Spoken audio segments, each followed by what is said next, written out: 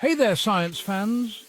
Today we're diving into the exciting world of mini hydropower plants.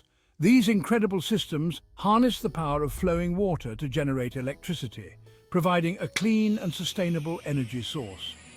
Imagine powering your home or business with the energy of a nearby stream or river. That's the magic of mini hydro. It's a fantastic way to reduce your carbon footprint and become more energy independent.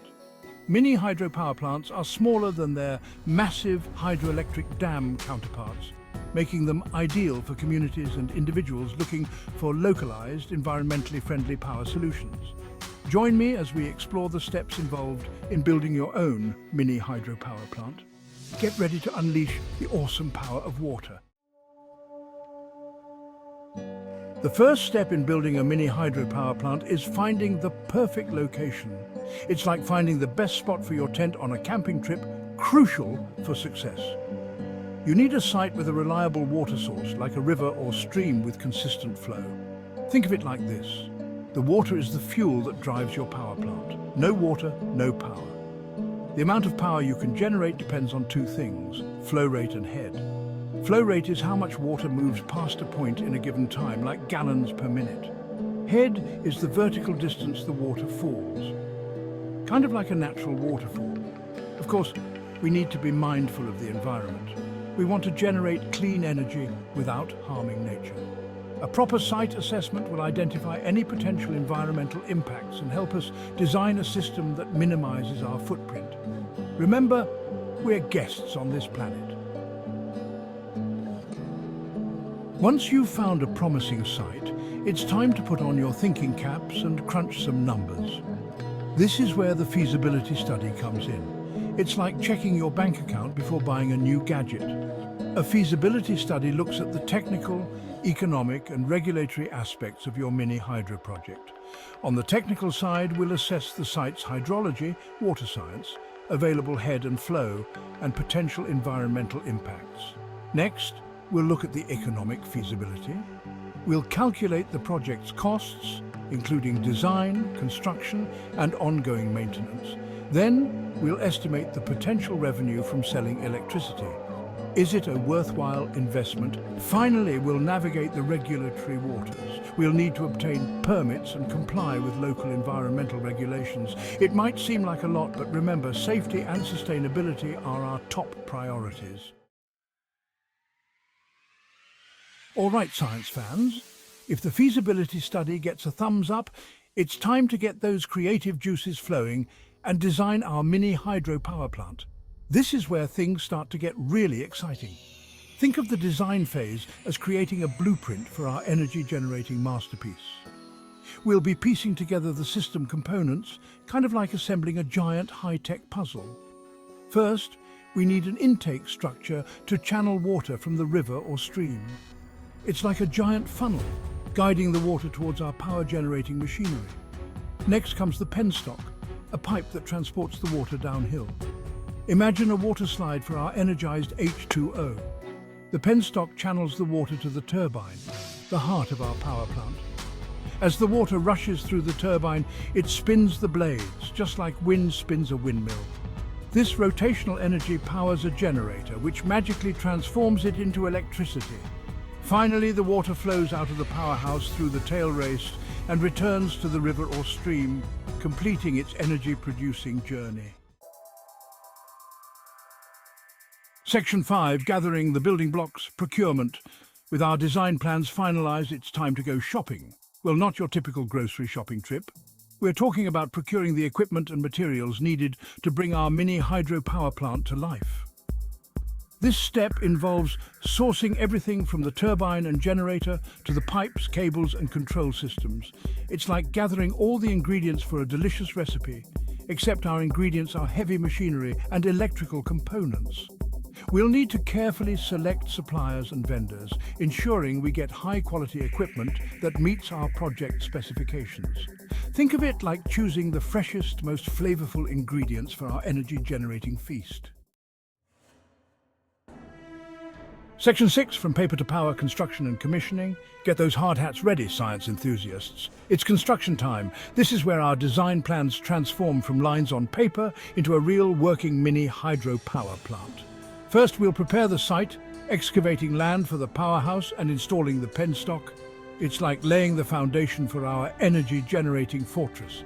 Next comes the installation of the turbine, generator, and all the electrical and mechanical equipment.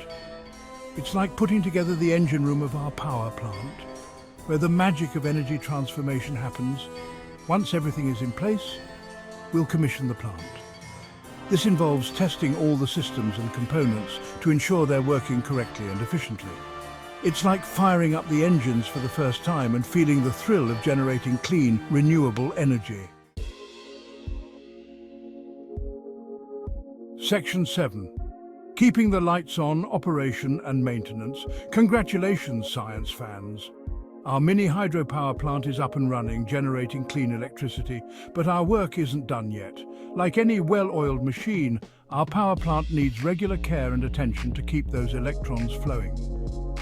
Operation and maintenance are crucial for ensuring the long-term performance and reliability of our mini hydro system. Think of it like taking your car for regular checkups to keep it running smoothly. We'll need to monitor the plant's performance, checking for any signs of wear and tear. Regular maintenance tasks might include cleaning the intake screen, inspecting the penstock for leaks, and lubricating moving parts. By staying proactive and addressing any issues promptly, we can ensure our mini hydropower plant continues to provide clean, reliable energy for years to come. Section 8, powering up the grid connection and distribution. Now that our mini hydropower plant is humming along, it's time to share the energy bounty. We can connect our system to the electrical grid or set up an off-grid solution. Connecting to the grid is like plugging into a giant energy network. We'll need to synchronize our power plant's output with the grid's frequency and voltage, ensuring a seamless flow of electricity.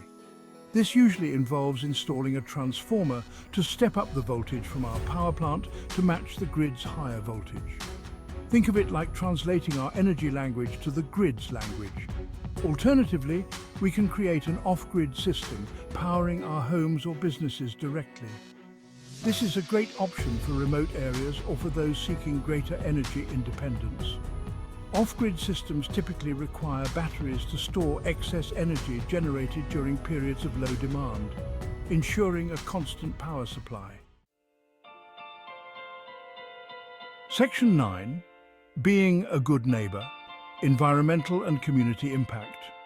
As responsible energy stewards, it's crucial to consider the environmental and community impact of our mini hydro power plant. While mini hydro is a clean energy source, it's important to minimize any potential impacts on the surrounding ecosystem. We'll need to implement environmental monitoring programs to assess the plant's effects on water quality, fish migration, and aquatic habitats. Engaging with the local community is equally important. We want to address any concerns, answer questions, and ensure everyone benefits from the project. Open communication and collaboration are key to creating a win-win situation for both the environment and the community. Section 10. Safety first, always legal and safety regulations. Safety is paramount in any engineering project, and mini hydropower plants are no exception. We need to adhere to strict safety protocols and comply with all applicable legal and regulatory requirements. This includes obtaining the necessary permits and licenses, implementing safety procedures during construction and operation, and ensuring the plant meets all electrical and safety codes. Regular inspections by qualified personnel are essential to identify and address any potential hazards. Remember, safety is everyone's responsibility. By prioritizing safety and compliance, we can ensure our mini hydro power plant operates safely and responsibly for years to come.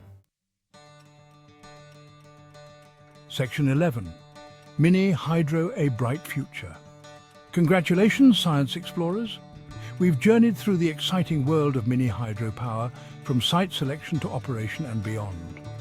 We've learned that mini hydropower plants offer a fantastic way to harness the power of flowing water, generating clean and sustainable electricity for homes, businesses and communities.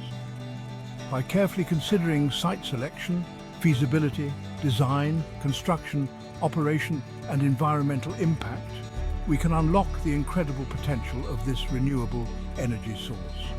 As we strive for a more sustainable future, mini hydropower plants shine as beacons of hope, illuminating a path towards a cleaner, greener and more energy-independent world. Keep those scientific sparks flying and remember, together we can make a difference.